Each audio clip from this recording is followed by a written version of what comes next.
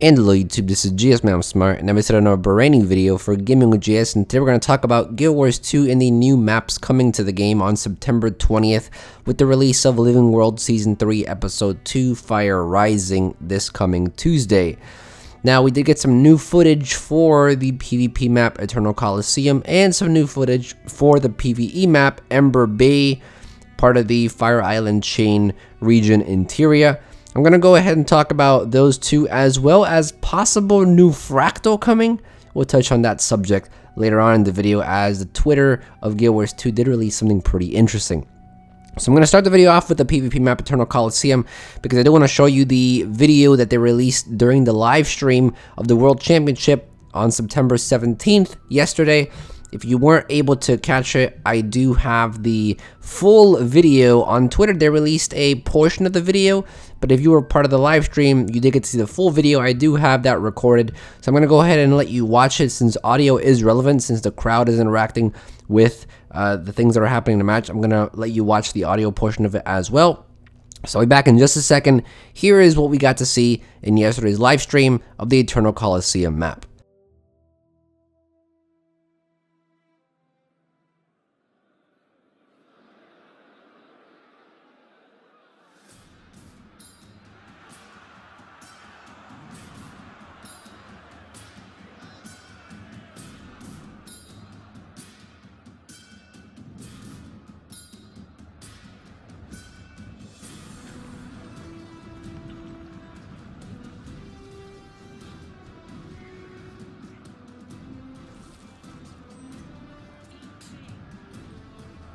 Red team has obtained an artifact.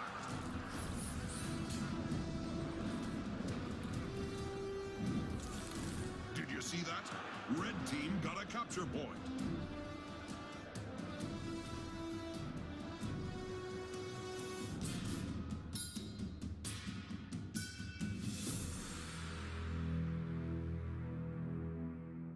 So that was basically it. You'll probably see this footage play a few times across the video as background footage while I talk about it, and along with the new footage that we got from Ember Bay as well, and probably some random footage of me on Guild Wars 2 as well. So that's the background footage for today's video. If you want to watch it, you can. It is relevant. If not, you can always listen as usual.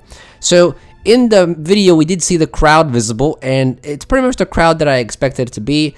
I thought it'd be a bit more crowded, but it's just fine, and we do see the crowd interacting with when you're capturing things, or when you're getting kills, or when you're capturing points. So that's pretty cool. We also saw a lot of little ramps and towers as we expected them to. I thought they were going to be bigger, but they weren't. They actually relatively close to the ground. They're not huge, but it does make a difference. You could have some elevated combat. What I'm thinking of right now is a guardian or a ranger just shooting from one of these towers down to a point. That would be really cool. That's something that I would want to do. We also figured out that these buffs that will give your team and yourself boosts are called artifacts, and they're actually working a bit different than we thought they would be working. The wielder of the artifact gets a separate buff than the team does. In fact, you get a really cool buff if you're the wielder, if you capture the artifact, and your team gets a passive buff. So these buffs kind of work like the buffs in Temple of the Silent Storm, where you go to the sides of the map and you capture them.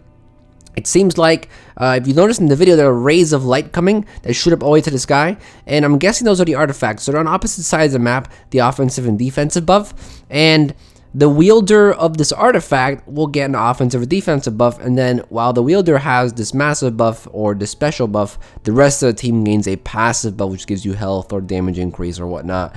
I'm not sure if the wielder gets the passive buff as well. It wasn't clarified.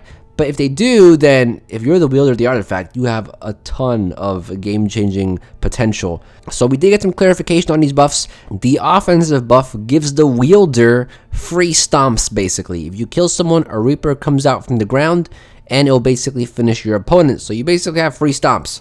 The rest of your team, and like I said, I'm not sure if the wielder gets this too. If the wielder gets this too, then that's really powerful. The rest of your team gets 20% damage boost, both power and condition-based.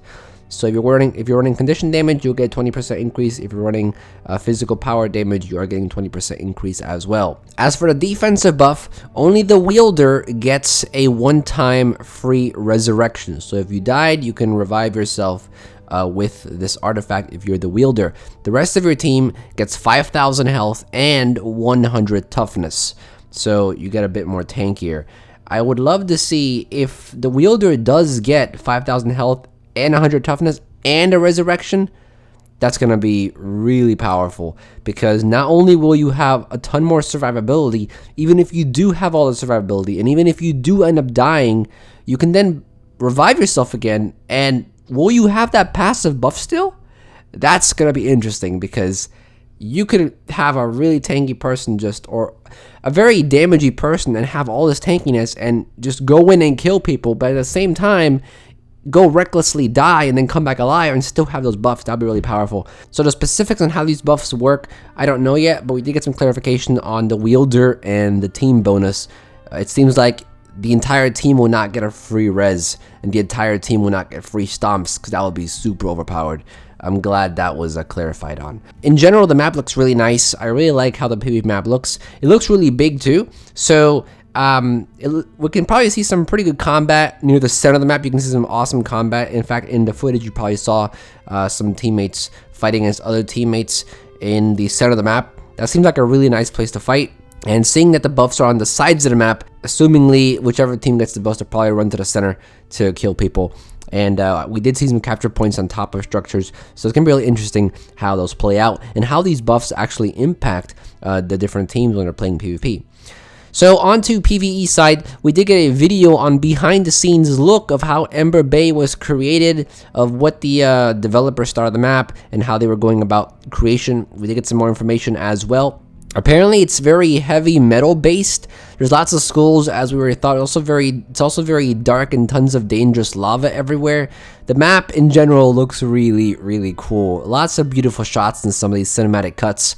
And the inspiration behind these skulls were basically just to create this dark themed area, and that's why there's skulls everywhere. In fact, in the footage that I'm playing in the background now, there's one point in time where you're inside this volcano and all around you are skulls, and you look up and skulls are all around you. It looks really cool.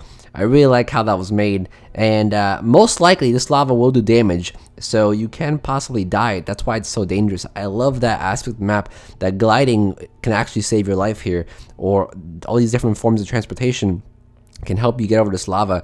And if you don't have that, then you're going to deal with lava, you're probably going to die.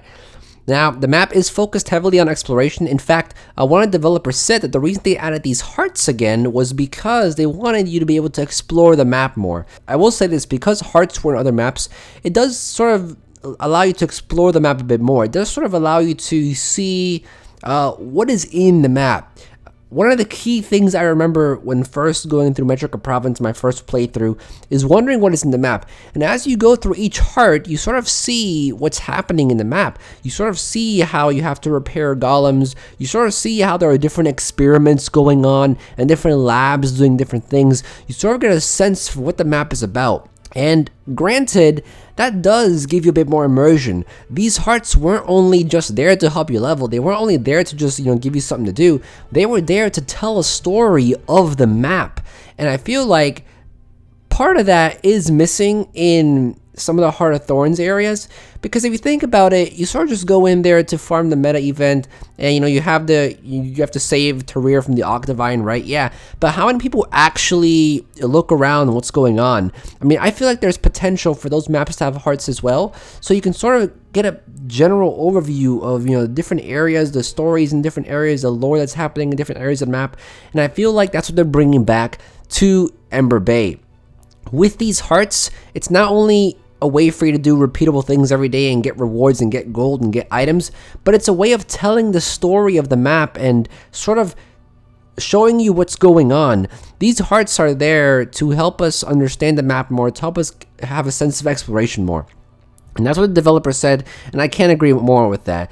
And that's probably why they brought these hearts back. And it seems like this feature in this map, these hearts are just one of the many cool things that are in the maps. We also have a leyline roller coaster is what they called it, which may be this highway that I mentioned in a previous video, that one of the articles reporting on the update was calling it. They were calling it a highway sort of. So maybe this is the leyline roller coaster they're talking about. They mentioned they have our leyline roller coaster basically, so you can zoom around the map on this thing.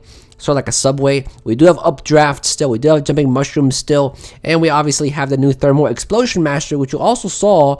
You should have seen footage on video if it's already passed of how these thermal explosions work. They're basically a form of transport, and they basically shoot you through the sky, and you're basically on fire. Look, we did get to see some footage on that, and it looks pretty cool. They also touched on the jumping puzzle, which is going to be very hard. The jumping puzzle is called Chalice of Tears, and they're basically raising the bar on a lot of jumping puzzle attributes. Usually in a jumping puzzle, you're looking at, are enemies going to be in a jumping puzzle? Are enemies going to interact with you?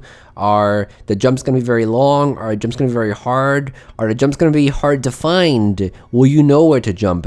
And that's kind of what makes a jumping puzzle up. The length of a jumping puzzle, and the skills that are needed to go through some obstacles. That's kind of what a jumping puzzle is all about. And we were told by one of the developers that this jumping puzzle is going to be a lot harder than a lot of the other ones. So if you're a fan of jumping puzzles, get ready for a challenge, because I think Chalice of Tears is going to give you a real challenge. And the fact that we have lava underneath it, most likely, it's going to make it even more of a challenge, because you're going to end up dying probably too. So I'm really excited to see what this jumping puzzle has to give us, and I think it's going to be really great. One small thing that I also saw was that these destroyers that we saw in the trailer are actually new types of destroyers. They're not just old destroyers that they're bringing in. They're actually new destroyers that look green and black. So it's going to be interesting to see what these new destroyers bring and how we can combat them and defeat them. And the last thing I want to talk about today are the new fractals, or well, the new look of the Fractal Mistlock Observatory area. If we take a look at this screenshot here that the Guild Wars 2 Twitter posted, it basically is telling us that there's going to be a Fractal update coming September 20th, most likely, unless this is a teaser for a future update, not coming September 20th, but usually ArenaNet teases something and they release it in the next update. So I don't know what this is. It could be a new fractal. It could be a new area for a new type of fractals.